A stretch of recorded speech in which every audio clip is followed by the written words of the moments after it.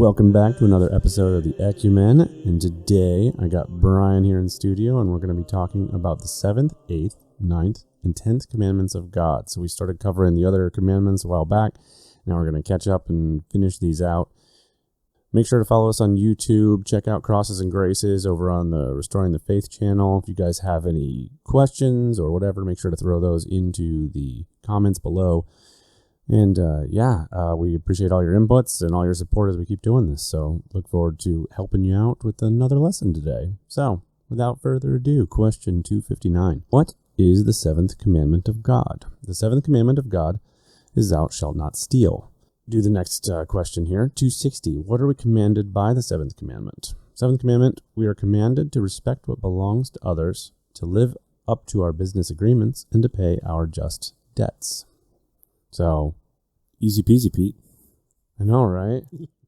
Except for then, like, what happens when you, like, skip out from work and you didn't actually, like, put that on your time card kind of thing. Oh, just some fraud. It's fine. Yeah, and we'll get to the 8th commandment here soon. But, yeah, the problem here is, unfortunately, I think that modern culture has desensitized us to these things substantially. Ill-gotten gains are a common thing now, and whether we're talking the stock market or we're talking about, other errors in your favor, or encouraging people to sit there and say, well, since that guy stole it, it's okay if I steal it from him, right? No, there's no way that any of these commandments are able to be compromised or shut off simply because, well, this circumstance says it's okay. Like, there's never going to be a time when Christ is like, oh, no, it's okay. You can sin this time. It's okay. That's not a thing. Like, as a Catholic, we're supposed to be adhering to all of these rules all the time. No stealing from anyone of any sort. So whether it's their time, their labors, their actual possessions, what have you. I think some of this needs recalibration for modern man. Having both worked in blue-collar environments and then having spent most of my adult life in a white-collar world, this is cultural within the corporate side, within government. It's the, hey, Pete, good morning. How you doing? Let's have a 22-minute conversation about the weekend. Then I'll see you at lunch, and then it's the office chitter chatter and how many water hours. Cooler talks and yeah. How was Game of Thrones there, Bob? It's one of those, like, you just don't really add up daily, weekly, monthly. Really, the stealing, the theft that you're being paid for, and if you make $20 an hour or $50 an hour, it adds up quickly. And like I said, unfortunately, the way that culture works right now, people don't stop to think about any of it. And maybe there are people out there who do. And don't get me wrong, like every now and again, I do stop to consider it. There are other people who stop to consider it. We try and we keep looking at all the different contexts, but I don't believe that enough depth goes into the consideration of what this all means. And I think, too, this is probably a good plug for find old school examinations of conscience, because they are way more detailed about the full depth of what this 7th commandment means. This is also where you go into St. Thomas and look through his description of the Decalogue. And I know there are talks out there that you can find even on YouTube, whether it's Father Ripperger going through the Decalogue or others. But look at what St. Thomas writes in there and look at the depth that he's bringing into it. And he'll give all the connotations that the 7th commandment includes, as opposed to just, I stole a candy bar. Like, no. Well, Father Isaac Relier's examination of conscience is sufficient enough to make you feel terrible about everything you've ever done. That guy makes me feel terrible about a lot of things. I love it. It's such it's a purification process. For those listening, if you do look for this on YouTube, it's like a solid 2 hours and 40 minutes-ish. It will walk you through all 10 commandments in excruciating detail, and will have you... sins that you've never considered popping out of your memory bank. And it's an excellent, maybe once a year, once every 2 years type of purge. If you do general confessions, for those that have scheduled them on a regular basis. If not, definitely talk to your confessor and look into a general confession. And the other thing I'll add too on this front that I've experienced here as we're talking about some of these commandments and trying to adhere to them, make sure that after you read this stuff and you say, wow, I never thought about that as a sin before, and now I feel kind of bad because I can go remember like potential multiple times over how many years that I've done that. And if you go talk to some wishy-washy priest and he's like, you're fine. You may want to go and look and see if you can find a more traditional confessor, because there are a lot of these priests, unfortunately, who are not well-versed or as well-versed as they should be. And you need someone who is actually going to challenge you. That's why we talk about Father Isaac Aurelia in a very positive light, because it's like, no, I'd actually rather feel really bad about myself so I can judge myself in comparison to Christ versus trying to go and hold myself out and be like, I'm a good guy. I mean, God knows that I'm good. I'm fine. It'll be great. We could do an hour just on bad confessors that I've had since I've converted. I've had everything from the guy who didn't have time, who just wanted to absolve everybody in line as he was walking by to go start mass, to my first real encounter with a traditional confessor. I was kind of inanely excusing myself at one point. Like, I was, hey, did this, I tried, I failed, something very stupid like that. And he cut me off quick, and he was like, well, doesn't sound like you tried very hard at all. And I'm like, what? Did you just challenge me? Are you poking and prodding, trying to get to the root cause of my failure? And indeed he was. And under his guidance, I had the most productive 12 months of my life as a Catholic, as I saw him consistently. It really does make a difference. So we will move on to question 261. What does the seventh commandment forbid? Besides stealing, the seventh commandment forbids cheating, unjust keeping of what belongs to others, unjust damage to the property of others, and the accepting of bribes by public officials. Where do you start unpacking that one? I'd like to call out any business owners. One of the sins that cry to heaven for vengeance is defrauding the workers, right? Is that one of them? Or am I making that up? Well, I'm not sure about that one specifically. The other one I would add, though, here is we have governments that are willing to do really abhorrent things when it comes to stealing and manipulation, and the moral obligations we have when we look at something like taxes, and people are like dodging taxes and everyone feels bad about stealing. And the problem here is, this is the only caveat I can give you. I can't just say necessarily dodging taxes is a good thing.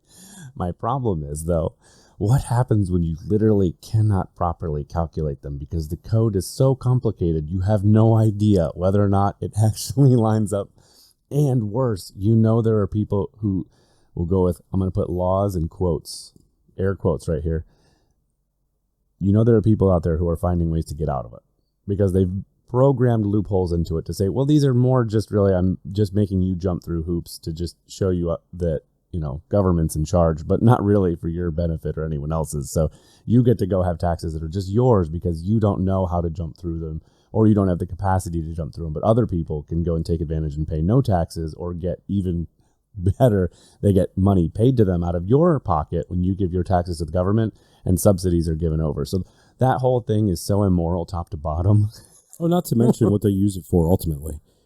How many immoral, unjust things. And one of them, the worst one that I could sit there and say top to bottom, is when we look at abortion.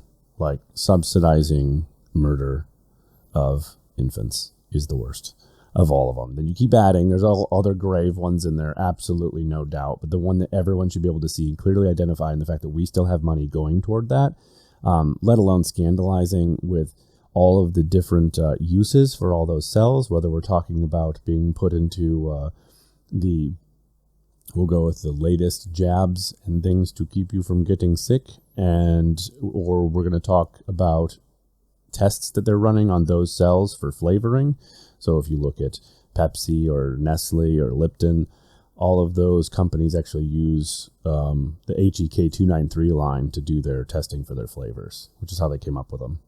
So there's many ways to scandalize, and it just, but the government's subsidizing and helping all that happen in different facets and different parts. So even though directly, obviously the company's to blame and all the doctors are to blame, whatever, the government still set all that up. We basically have a system that is designed to do some things that are less than honorable. So yeah, so going back to why I bring this up and coming back off the tangent, the tax code is so convoluted.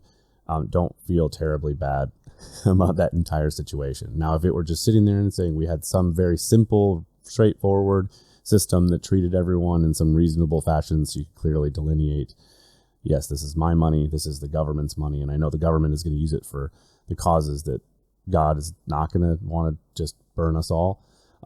Okay, but we're not there. So just as a heads up when we talk about it, but there's so much going on in that question in terms of all the things that you could steal. And there's probably, if you guys have questions or comments or thoughts, throw them down below. We'll go from there.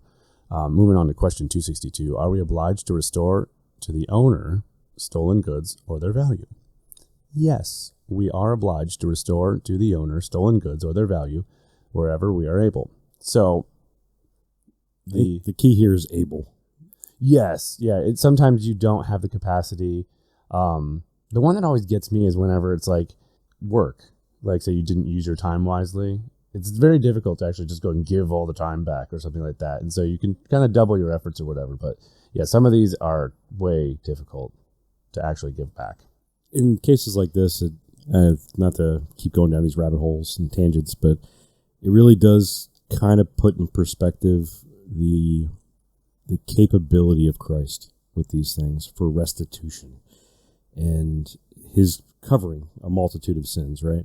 A litany of things that we've done as humankind, really, truly, it's an infinite amount because we don't have the ability as human beings to restore anything. And whether you kill somebody or steal something, or you steal reputations through slander and gossip, we just don't have that ability to repair those things, but Christ can, and Christ can cover it. So when you really think about the forgiveness that sometimes we take for granted, looking at you cultural Catholics that hit confession once a decade, the importance there to reflect on that and reflect on that sacrament it's truly astounding at times if you put the time into it. Yeah, and by contrast, then you sit there and say, no, you stole $5, give the $5 back. You whatever, if it's a physical item, give it back. If it's something else that you can actually restore and it was a reparable type damage, like it was reparable, so you can repair it. Yeah, repair it, fix it, and make it better. So that's the whole point. Yeah, just man up, fix the window. Yeah, play baseball somewhere else. Speaking of that, we moved right into it. So 263, are we obliged to repair damage unjustly done to the property of others? We are obliged to repair damage unjustly done to the property of others or to pay the amount of the damage as far as we are able. So we kind of covered that. Exodus 22 is where this is actually covering and explains kind of the rules here. So still apply today. So make sure that, unlike some people say the Old Testament's done or whatever, now it's still totally applicable. That's the old God, Pete.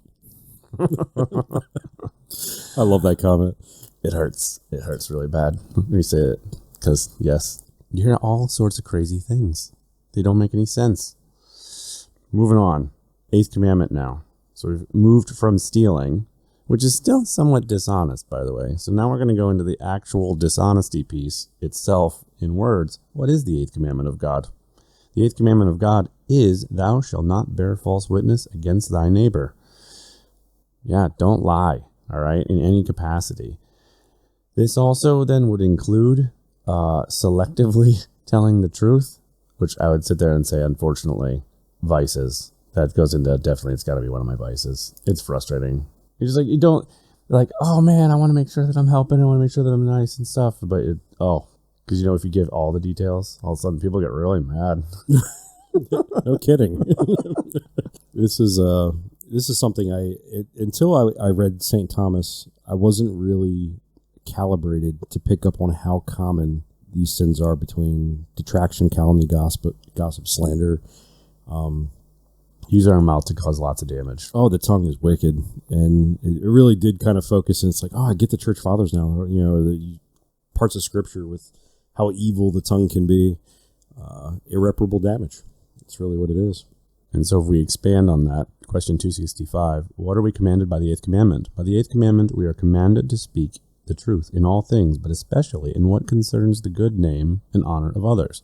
And as Brian was talking before, I think the phrase goes, it takes seconds to build a it takes years, excuse me, I don't want to mess this up.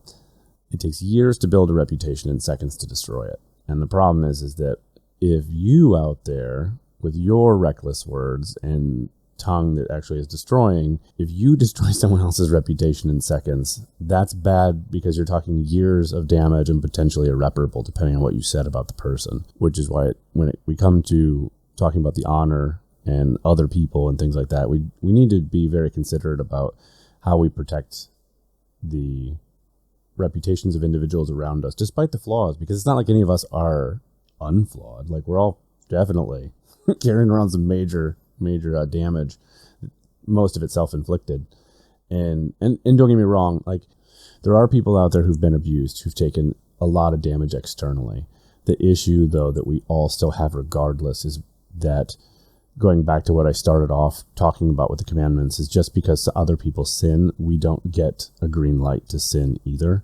And the problem is, unfortunately, is our own damages that have been inflicted upon us will manifest as our own sins again. So we start creating more problems. So it's, how do we take all of those situations and all the self-inflicted wounds, and how do we go and repair this? And this is where grace comes in. This is why it's so important. And this also is where I still feel, and I think we've talked about it before, but Protestants are at a distinct disadvantage here of understanding the depths of the perfection that is demanded by Christ, because it's all talking away, because everyone says, well, I'm a good guy, God understands, he knows where I'm coming from, I'm better than all these other people, as opposed to saying, no, God said, be like your Father in heaven who is perfect. Matthew 5:48. That's a... I am, Pete. I gave my heart to Jesus. It just clears it all up. Yeah. Oh my goodness. It's a whole other conversation. But just to kind of backtrack, for those that are completely new to some of these terms, detraction is information that is true, that should be kept close hold or secret about somebody, and you choose to let it out there anyway in conversation. There might be a proper time for such a thing. If law enforcement is looking into a crime and you happen to know who committed the crime, that would be kind of a proper, assisting in the investigation. But just gossiping with the neighbor about what so-and-so did, whatever, that's detraction. Calumny is just flat out making something up about somebody to destroy their reputation. It's completely false. You did it anyway. And, these terms, they're not synonyms. So if you are guilty of these things and you go to confess it, be precise with your language. And of course, these people, in my experience, with St. Thomas, he had a word for it, loquaciousness. People that get a joy out of just excessive talking. And if that is attention seeking, that's your lot. These sins, in my experience, tend to follow people like that. So if that's you at the water cooler, and these comments resemble you, you might want to just reflect a little bit about that. But lately I've been spending a lot of time with the Church Fathers, and I found a quote that, this is serendipitous as far as this quote, but I read this earlier today, just so happened to look at the material tonight, and it kind of, if the Church Fathers don't scare you a little bit about Christian perfection, and as Pete said, the depths of perfection is something that Catholics really do, I think, better understand, because it's part of our patrimony. But this is a quote from St. Ephrem, the Syrian. This is from his third homily, by the way.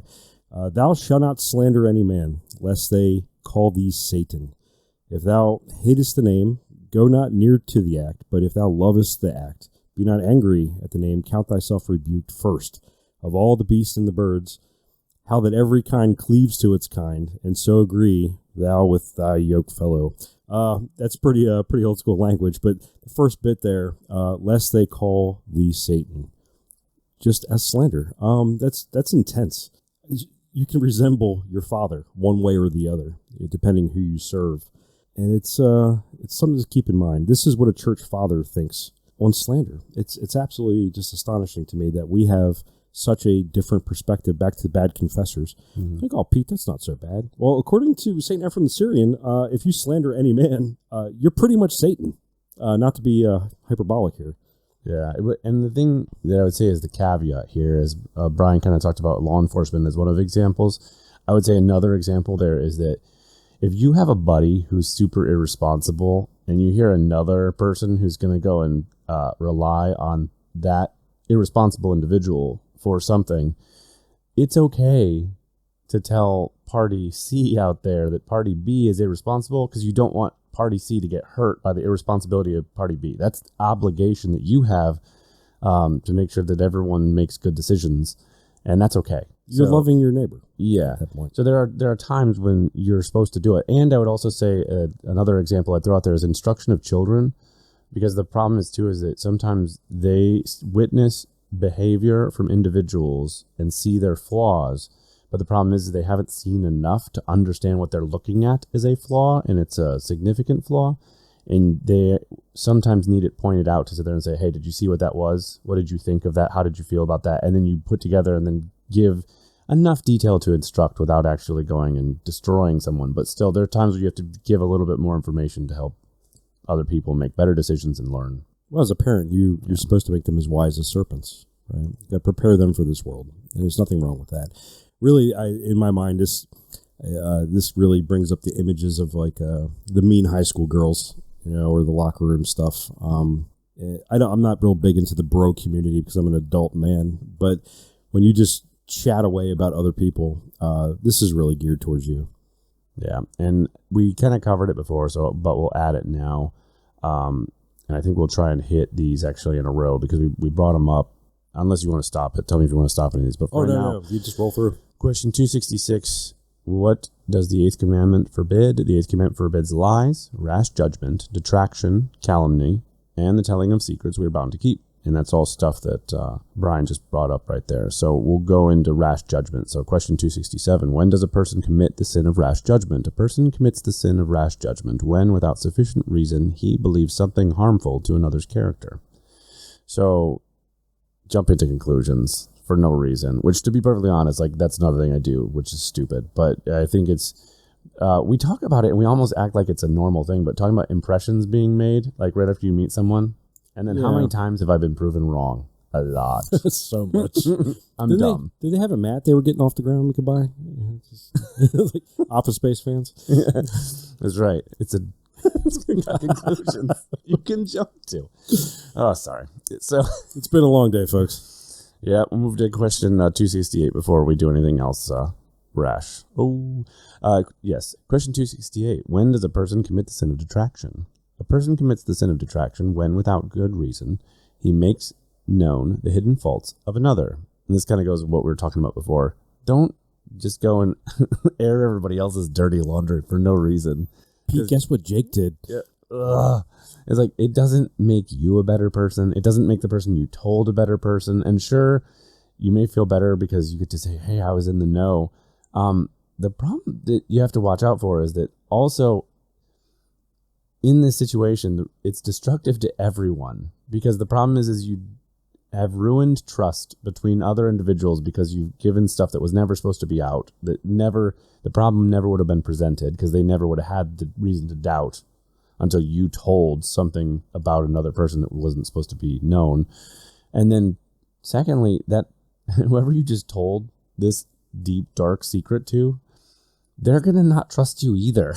Because like, wait a minute, you just told me stuff that I wasn't actually supposed to know, but oof, yeah, man, remind me never to tell you any of my dirty laundry. Like, that's math we kind of did by high school. It's like, you just assume if they're talking about someone, they'll be talking about you next. So if this is the first time you've ever heard that before, I'm really sorry. You've had an astounding life. And again, I'll reiterate, because I think we did it in other videos, but not this one yet, is that all of these sins in the list that Moses took down from Mount Sinai, every single one requires that you violate the first commandment first. Like, it's part of it. You can't violate any of these commandments without violating the first. You have to actually disobey God to make all this happen, which means the first gets broken. And the only way you do that is pride. Like, that's where all this is rooted. And it's trying not to be Satan in everything that we do, having the forethought and the consideration. And we have a lot of weight we need to put on our shoulders, because again, even though everyone's like, well, I'm good enough, and the Protestant thing, well, I'm good enough, I'm probably fine, God knows. It's like, but the problem is if you are only trying to be a half-assed example to everyone else around you, you're scandalizing. You're encouraging people to then have behavior that's not good enough when you don't bust your butt to be the best person you can be in the image of Christ. You have an obligation to do that. And we don't think a lot about the scandal piece, but the amount of scandalizing stuff. And again, scandal, grave sin, scandal focusing on the fact that you, by your actions, are either explicitly supporting or implying support of sin against another person. It's just something to consider, is that a lot of these things encourage other people to commit sins as well. And that's the thing I think is most poisonous. By normalizing it? The instant you're willing to commit a sin and you're willing to commit it to another person. I think that's the other problem when you look at the 8th commandment, is your sin is giving this evil thing to another person. You had to tell them. Like, and whether you're lying or whether you're doing whatever, it's like you're poisoning them. So you're not just hurting, and that's the thing with all sins. You're never just hurting yourself. Every sin actually hurts a bunch of people when it happens, let alone your angel's not thrilled about it. Saints aren't thrilled about it. Whoever's looking, and God is absolutely watching, is not okay with this. And I don't think we consider all the damage that's done, and then the long-standing effects that after you've lied and after you've gone and detracted or defamed or all the other, it's bad. So we just don't think about it, but we probably need to stop and consider more in depth what we do with our words. And it's an interesting time with Protestantism, though, because the root problem there of that crime is their pride, right? It's what leads them down that path. But that's a pretty cool tie-in. Consider all this, think about it, ask questions. Again, talk it all out and read what you can. The church fathers wrote a lot about it. Again, the Summa Theologiae is an amazing resource to actually go into the 10 Commandments because of the amount of work that St. Thomas put into them. And if we find anything else, I'll try and make sure we link it somehow in the description. All right, question 269. When does a person commit the sin of calumny or slander? A person commits the sin of calumny or slander when, by lying, he injures the good name of another. And so we kind of covered that one already. Don't calumniate. That's it. Yeah, you don't need to go and hurt someone else's reputation under any circumstances. And the only time that you can is in defense of other people. Like there's a situation that warrants. Otherwise, just we need to be quiet. And speaking of quiet, question 270, when are we obliged to keep a secret? We are obliged to keep a secret when we have promised to do so, when our office requires it, or when the good of another demands it. So secrets are okay in many circumstances. And I think a perfect example of this is, and especially in this day and age, hearkening back to all the times in all of the Catholic places of the world when the powers that be would start to prevent them from worshiping the way they wanted to worship. And these are times where you're not going to tell people, like in Ireland, where they're going to go worship to stay away from the government authorities so people don't, get persecuted and killed. Let me tell you what mass rock I'm going to. There's common sense. There are times when secrets are absolutely appropriate. So not all secrets are bad. Secret societies are bad. But again, it's the intent. What's the point of the secret? If the point of the secret is to preserve something good so that bad powers can't destroy it, fine. If the point of your secret is to hide bad deeds and bad people seeking to do harm to good or seeking to do or make war with Christ, it's a whole different ballgame. So just understand the distinction there. I'll just bring it down to a normal day-to-day.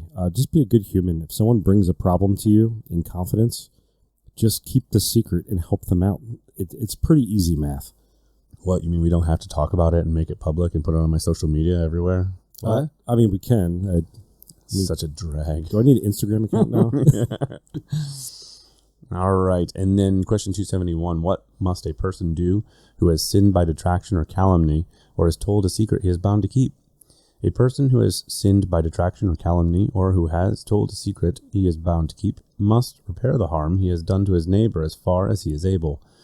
Again, if you realize you've done this, you just need to make sure that whenever you can go and do the opposite and build this person up with whoever heard you say things that were destructive, you can remind someone that, hey, no, she's not that bad a person, or he's actually a way better guy, and hey, you know that thing he did that was really cool? You have that capacity to do reparations in that spirit, that vein. So some things just can't be put back together. Toothpaste in a tube. Yeah. All right. Question 272. What is the 9th commandment of God? The 9th commandment of God is, thou shalt not covet thy neighbor's wife. And we'll go and build on that. Question 273. What are we commanded by the 9th commandment? By the 9th commandment, we are commanded to be pure in thought and desire. All right. So me growing up, not Catholic, and hearing it's okay. I mean, if you look, it's just window dressing or whatever, and all these other weird comments that are ultimately leading you towards the 6th commandment violations. We know in terms of what Christ has said, we can be penalized for our thoughts when we entertain them. That's bad. This is straight out of classic Americana, right? How many times have you heard, I don't care where he gets his appetite up as long as he comes home to eat? Or and sex sells. Sex sells. With enough lust, you're asking for nothing good. It's just a road of, it ends with mortal sin. And again, so going back to Dom Scopoli, spiritual combat, the only vice that you do not further subject yourself to it in order to get stronger is lust. It's the one that our nature, by design, we falter there really bad.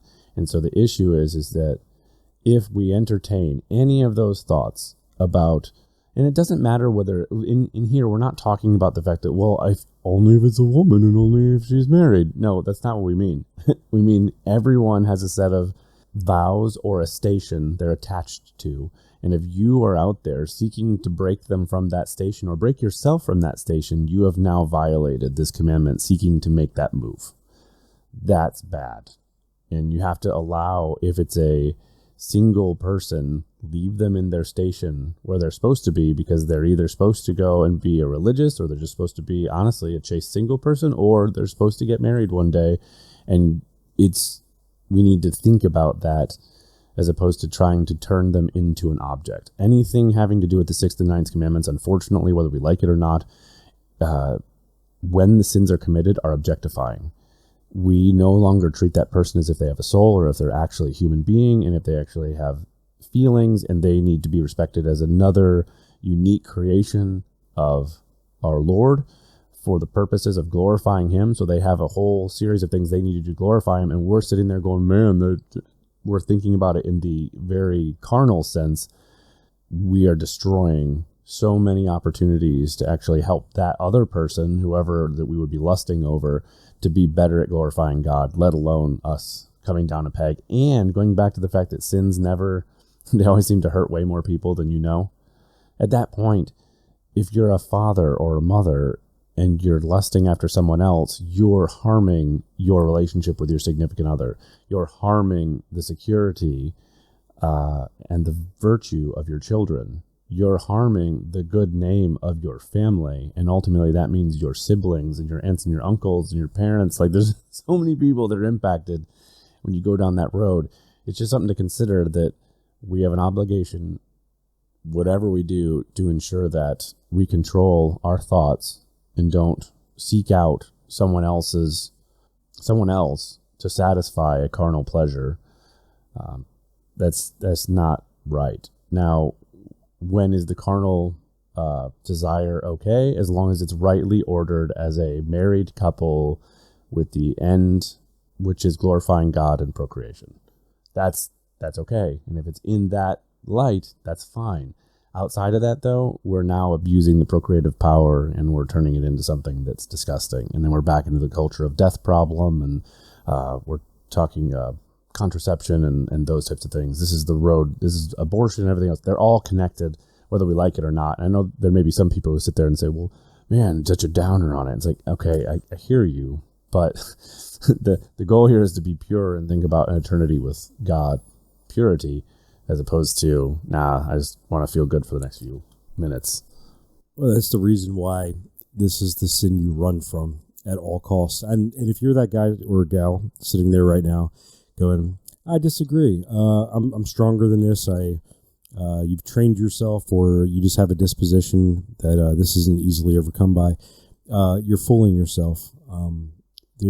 We all run from this. That's the recommendation, because we all break at some point. And this world's hard enough as it is. Being on the internet, or being at work, or being in the gym, you could stare at your feet all day. You can make all the right choices. You could go to all the right places online, and something inevitably will always confront you. And it's like, where does this garbage come from? Like, I did nothing to warrant, this, net end result, but yet here I am.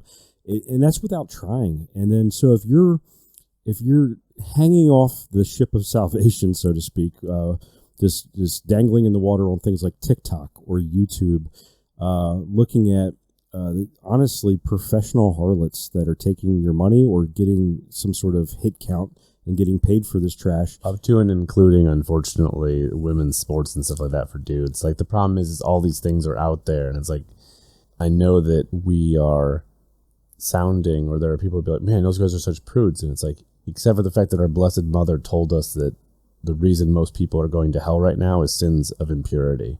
So everyone wants to be a fleshly creature and they want to act like a bunch of animals as opposed to doing what they're supposed to do, which is to think about how they preserve our flesh for the glory of God. Regardless of our stations or vocations, we're all called to be chaste and to live chastely. And having a very productive and loving marriage is chaste. It's within the parameters that were set for us, but you can't have a toe in both worlds. And being a convert, coming in from this classic Americana, and having lived many decades of my life on the outside, there were a lot of things you just accepted as normal. Pornography is or how about just the movies and the shows? You never would have thought twice about half of it. Now I go back and watch some stuff sometimes. I'm like, I haven't seen that in forever. I was like, I don't remember this. Turn all that off. Blocked out a bunch. It's all garbage. But the bottom line is run from this, and you know what your triggers are. You know what sets you up for failure. You don't slide directly into mortal sin. Nobody wakes up and says, man, I can't wait to commit mortal sin today. It's always an easement. It's something that you would maybe least suspect, but you get comfortable in the water. You toe in is stuff like this. And then that one decision leads to another. And chances are you're going to end up somewhere you don't want to be much later on. And so just avoid the stupid water in the first place. It's the best defense you have. And you have to remain vigilant at all times. And this is just part of that process. And then I think it's helpful here too. These other questions that are rounding out the ninth commandment are really useful here. Question 274, are mere thoughts about impure things always sinful in themselves? Mere thoughts about impure things are not always sinful in themselves, but such thoughts are dangerous. And so we'll go to the next one as well. Question 275, when do thoughts about impure things become sinful? Thoughts about impure things become sinful when a person thinks of an unchaste act and deliberately takes pleasure in so thinking, or when unchaste desire or passion is aroused and consent is given to it. What does that mean? No, not every impure thought is sinful. Because the thing is sometimes, one that I just got asked recently, actually, dreams. Everyone has bad dreams. And the thing is that when you're sitting there and trying to focus on how you live a chaste life, whether it's a chaste single life or a chaste married life, yeah, you don't want to be doing violations of the ninth commandment at all, but then you end up having dreams where stuff happens and you're like, what the heck? Oh man, and you feel gross when you wake up. Talk to a priest about that. That is not sinful because you're not in control. It's involuntary. Yeah, it's involuntary. It's not you just sat there and said, you know what I think I'm going to do tonight? I'm just going to think about this. No, that's not. A dream is not actually going to put you weren't entertaining it.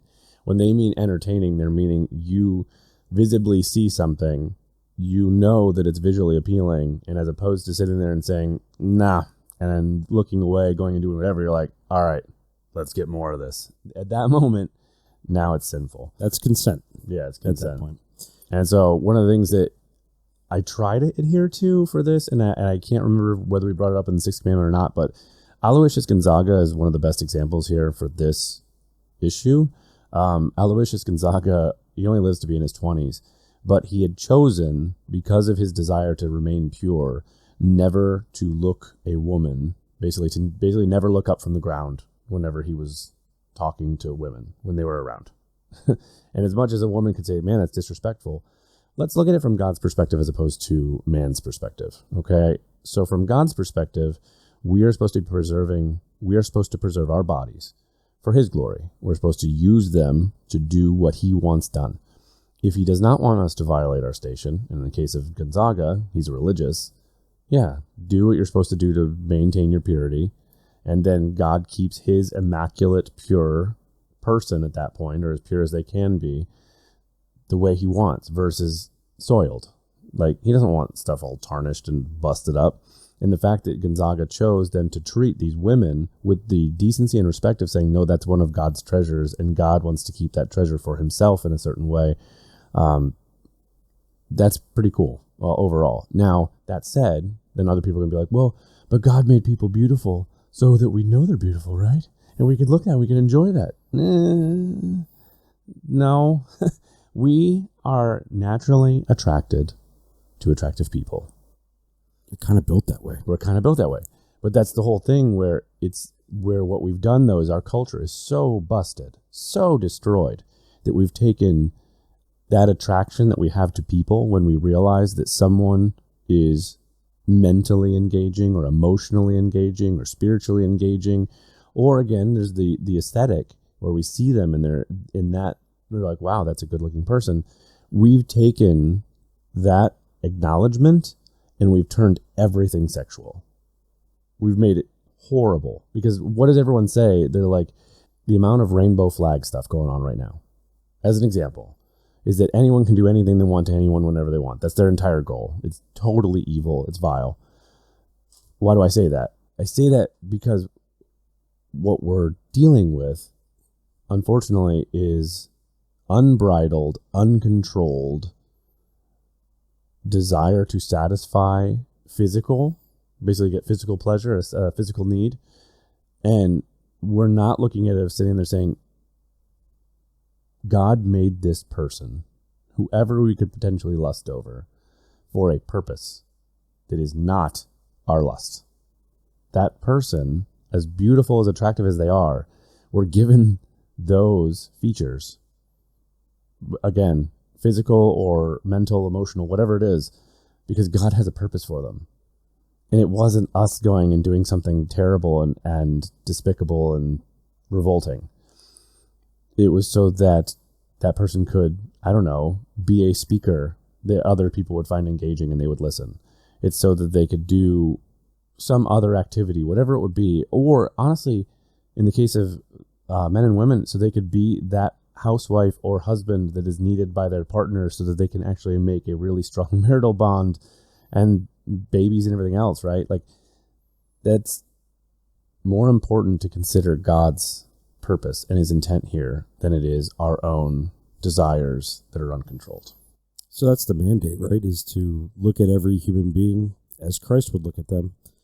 And if you're the kind of guy, excuse me, if you're the kind of guy that would look at a young lady or a woman with the attaching only the value of the physicality and trying to achieve that objective, you've really dehumanized them. You took everything of their specific creation and disregarded it only for the sexual piece of it. And that's the worst part. It's that's pretty villainous in my mind. And when I see, I do see a lot of young ladies and a lot of young women through the course of my work week, and I see a lot of trying too hard for the wrong things. At one point in my life, I would have been like anybody else, like, oh, she looks good or whatever. But now I'm kind of sad on the inside. It's like why would you wear that to work, or why would you flaunt these things? Because there's I mean, honestly, think about it, guys. It's a self-confidence issue, or it's a litany of psychological things that culture has imposed upon women in general. Emphasis on the sexual over emphasis on the emotional and the spiritual and the capacity to be a wife or a mother, and or honestly, the capacity to sit there and say, you know what? The best things in life aren't actually wrapped up in the appearance. That's right. So and they bought into it. That's the worst part. And that's feminism from first to third order. But I challenge you to use your imagination for 1 second, especially with this. But if you took a woman dressed as, let's just be frank, like a prostitute, and then you put one next to her in modest clothing, fashionable but modest, I guarantee those two women would be treated vastly differently by random men in looks and in words. yes, Because the one who dresses like a piece of meat gets treated with the respect that we treat a piece of meat, versus someone who's looking as if they are in control of themselves, intelligent, and ultimately, for lack of a better term, I don't know how to put it. I almost want to say like they have more capacity to see through you and to judge you in a way where the one that treats themselves like a piece of meat will not make you feel insecure. Yeah, it's weird. The ones who would actually go and take care of themselves and actually put everything together, that's the one where you're sitting there going, I don't know if I feel good enough for this. You have to rise to the occasion. Yeah. You have to be that man you're intended to be. And I don't mean to start or open the can of worms, because inevitably it's always like, I could dress how I want and you can't judge me, it's your fault.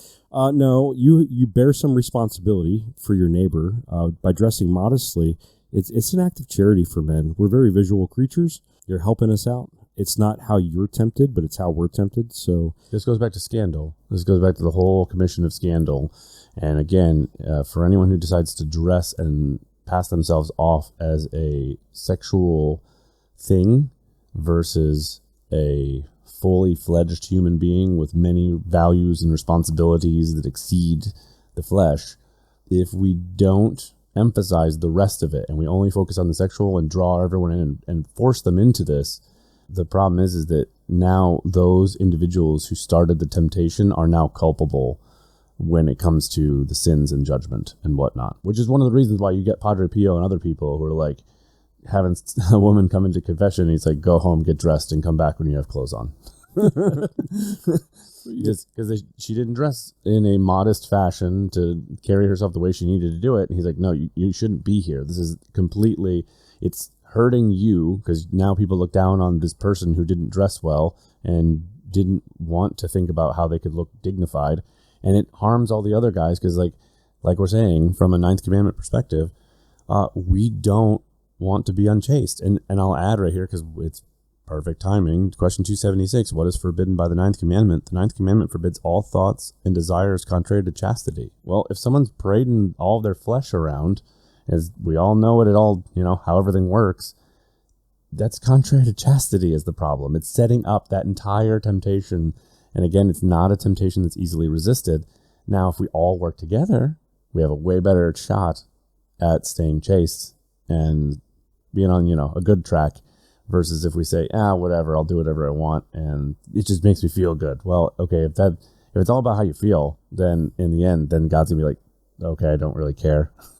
It's actually what I commanded. That's how God's gonna look at it. So we got to be considerate of all the parties involved. And again, a sin never is just hurting ourselves, right?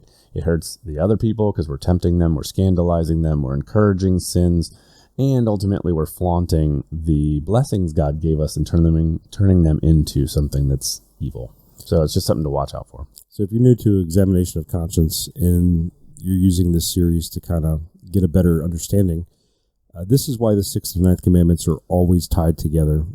You don't really get to the 6th commandment without going through the 9th at some point. Yeah, because the eyes have a very, they're a window, a door, whatever you want to call them, but sight, visual cues are what actually spur on how the 6th commandment gets violated. So this is what you do. I mean, people don't accidentally fall into bed. That's right. There was a whole bunch of lead up to this where someone wanted to do something and there was back and forth, and it starts out as just looking is the whole problem. It starts out as 9th commandment and ends as 6th commandment. So I think it's just, we all need to be considerate about it. But yeah, if you guys have issues with it, yeah, totally hit us up in the comments. We'll go from there. And then now we'll hit the 10th commandment. So it's really straightforward. 2 more questions here. Question 277. What is the 10th commandment of God? The 10th commandment of God is, thou shalt not covet thy neighbor's goods. And 278, what does the 10th commandment forbid? The 10th commandment forbids all desire to take or keep unjustly what belongs to others, and also forbids envy at their success. So, you know what? I'm not actually going to take any of my stuff with me to heaven, allegedly. Like, it's almost like I don't really need all of it. I mean, don't get me wrong, there's something that I could do with it, but in the grand scheme, it's not worth that much. And even though people talk about, he who dies with the most toys wins, it's a terrible, terrible statement. How 1980s. Like, ugh. We got to sit there and look at it from the standpoint of these things are only here, or should only be here, to facilitate our ability to fulfill the responsibilities of our station for the glory of God. And if we're not doing that, why do we have it? I think we're talking about attachment. And, okay, John of the Cross, St. John of the Cross. He is big on detachment. He criticizes Teresa of Avila for her attachment to the point where she gets super frustrated with him. Who has more detachment? Yeah. Well, because the thing is, he was able to point it out. She was annoyed the fact that he's like, yeah, you're totally attached. You got some issues. And goods are just goods. They're just things. This world's passing. It's fleeting. Like, we can see it's corrupt. We know that things are broken after Adam and Eve did their thing and so on and so forth. And now we're doing our things and making it worse. Unfortunately, things, objects, are just that. They're not God. They're not divine. They're not going to actually facilitate what we need to get to heaven. And in all seriousness, even if we were starving in an alley somewhere, each of us still has the capacity, without any goods whatsoever, to make it to heaven. You could be totally, you could still be poor and ultimately not poor in spirit, unfortunately, totally prideful and just a mess. But we don't need the things to go to heaven. And unfortunately, there's too much emphasis on the things. This is the rich man coming up to Jesus. What do I do to follow you? And like, well, you got to get rid of all your stuff. And he's like, ooh, that's a tall order. No, I'm not going to be able to do that. And he walks. Like, we don't want to be that guy. That's what this is about. Like, you have your stuff and you have your money. And I think that's one of the problems with this weird career-driven society, especially the United States. Like, American values, American hard worker, all this other stuff. American dream. Do you know what that American dream is lacking? Like Christ. Yeah.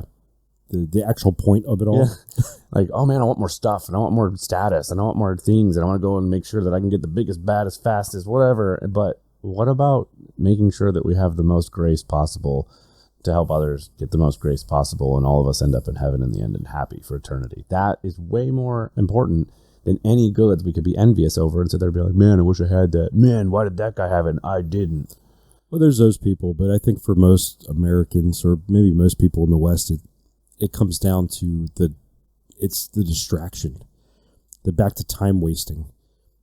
You only have so much time you've been given here. The more stuff you have, especially I could drone on about the joys of home ownership at this point, but it's all distraction. And the less stuff you have, the less encumbered you are, you will have more time for the right things. And you'll be in a better mental state to handle things like loss. I know as I started paring down my life, it got easier to wrap my brain around things that happen. You're like, I got water in my basement. You know what? It happens. I'll fix it. I don't care because it's just a house. I'll be dust at some point, and so will this place. It's really just meant to be a tool to raise my family and push people towards heaven. You don't have to be wrapped up in it emotionally. It really just creates more stress. Yeah, I think Father Wolf made a very good statement. I can't remember which talk he gave it in, but the point being, when you look at someone else, and it definitely applies here, and you need to set yourself up to follow Christ, the best way you do that is by acknowledging if you were given all the things that other person has that you're looking at, and that's all their blessings and all their money and all the others, whatever, you would do a worse job with it than that person's doing with regard to glorifying God with it. You'd make more decisions that were wrong and more errors. And vice versa, if they were put in your shoes and given less in this case, the things that, you're envious because they have whatever and you don't, there's a better than fair chance if that person had been given all the blessings that you have in your situation that you don't think is that good, they would have done a better job than you're doing now. And when you sit there and look at everything from that perspective of it's a humility thing, if you can focus there, it changes your entire dynamic where in many instances now, and everyone kind of does it at some level, but you get to that point where you're like, I'm glad I don't have that. Like, I don't want the mansion. I don't want this. I don't want that, whatever it is. I'm glad that's not my situation because that seems really stressful and I don't know how someone could deal with it. Yeah, I have a hard enough time taking care of my little plot of planet Earth. I know I'm supposed to thrive where I'm planted, but some days that seems like too much. Hopefully all this was helpful. So we got through the 10 commandments. Next episode, we're going to start hitting the commandments of the church. Hopefully you enjoy all this stuff. Make sure to throw comments in there. If there's more you want to learn or questions, just engage us. We're happy to do it. Again, subscribe to the channel, follow us, whether it's on YouTube or SoundCloud or iTunes, all that stuff. We're out there. Check us out on Restoring the Faith channel, and we'll go from there. Otherwise, it's been another good time, another good episode, and we'll see you soon. So in the meantime, thanks for listening, and St. Joseph, Pray for us.